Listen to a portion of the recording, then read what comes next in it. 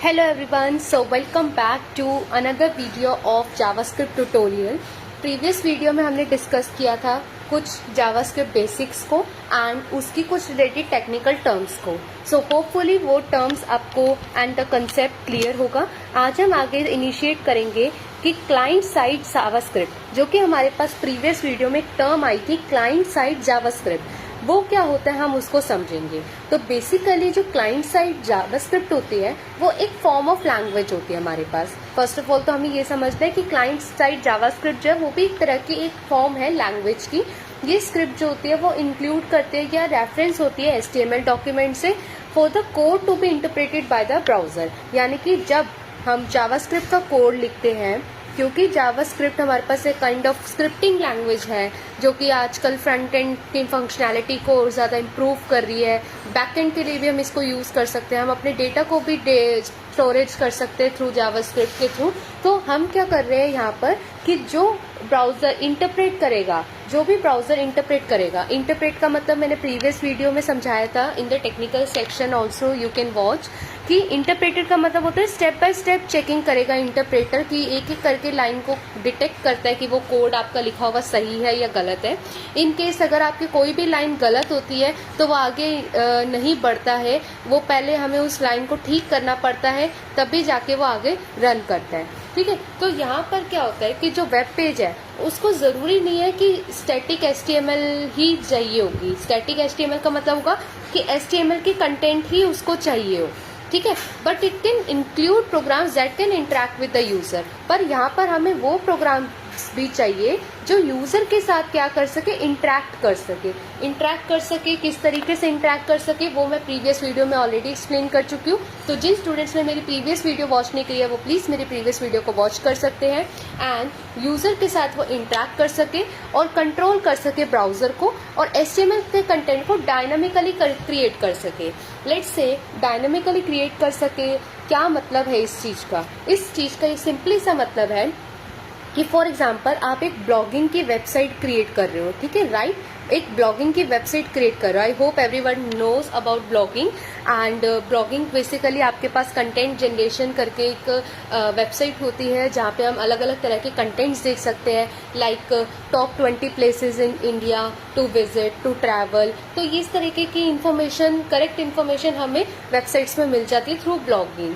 ठीक है. तो अब यहाँ पर क्या हो रहा है कि सपोज यूजर्स है, आपके पास मल्टीपल यूजर्स है जो ब्लॉग्स लिख रहे हैं आपके लिए. ठीक है. आपकी वेबसाइट के लिए मल्टीपल यूजर्स जो है वो ब्लॉग्स लिख रहे हैं सो दैट आपकी वेबसाइट सबसे ऊपर हाईली रैंक कर सके.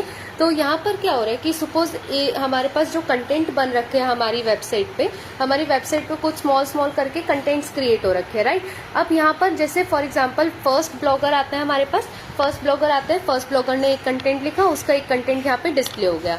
सेकंड ब्लॉगर है, उसने अपनी ब्लॉग पोस्ट किया आपकी वेबसाइट पे, सेकंड ब्लॉग क्रिएट हो गया. थर्ड है, थर्ड हो गया.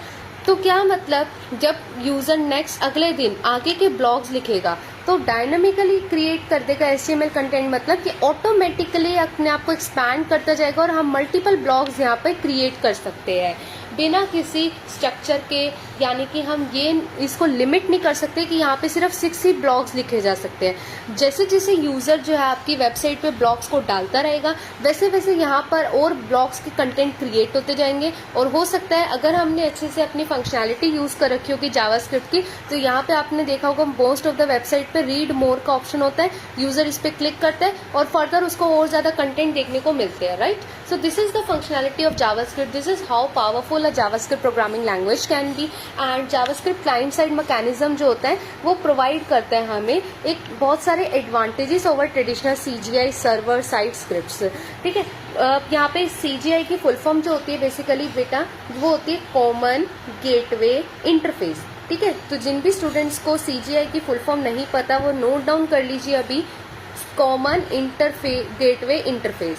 तो बेसिकली ये ट्रेडिशनल मेथड होता था क्लाइंट साइड जावास्क्रिप्ट को रन करने का, उस पर वर्क करने का डायनेमिकली. एंड जो JavaScript client side mechanism use होता है वो काफ़ी ज़्यादा पावरफुल है. ट्रेडिशनल मेथड से। ठीक है, अब हम चेक कर सकते हैं कि यूजर ने वैलिड ईमेल एड्रेस एंटर किया है फॉर्म फील्ड के अंदर या नहीं किया है।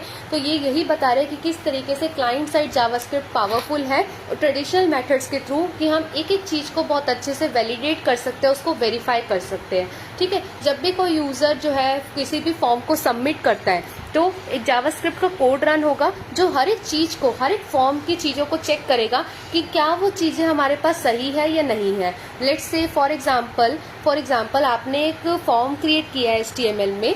ठीक है, HTML में आप सभी ने एक फॉर्म क्रिएट किया। ये फॉर्म के थ्रू हमने जो भी जावास्क्रिप्ट का कोड लिखा होगा वो ये चेक करेगा कि आपकी वैलिड सारी जो फील्ड्स आपने फिल कर रखी है वो सारी वैलिड है या नहीं, तो ही वो उसको सबमिट कर पाएगा वेब सर्वर पे। अब इसका सिंपल से एग्जांपल आपने जल्दी ऑब्जर्व किया होगा अपने अलग अलग वेबसाइट्स पे कि अगर आपने अपना यूनिवर्सिटी का रोल नंबर सही नहीं डाल रखा होता तो वो आपकी रिक्वेस्ट को एक्सेप्ट नहीं करता है, right. So this is all happening through JavaScript code.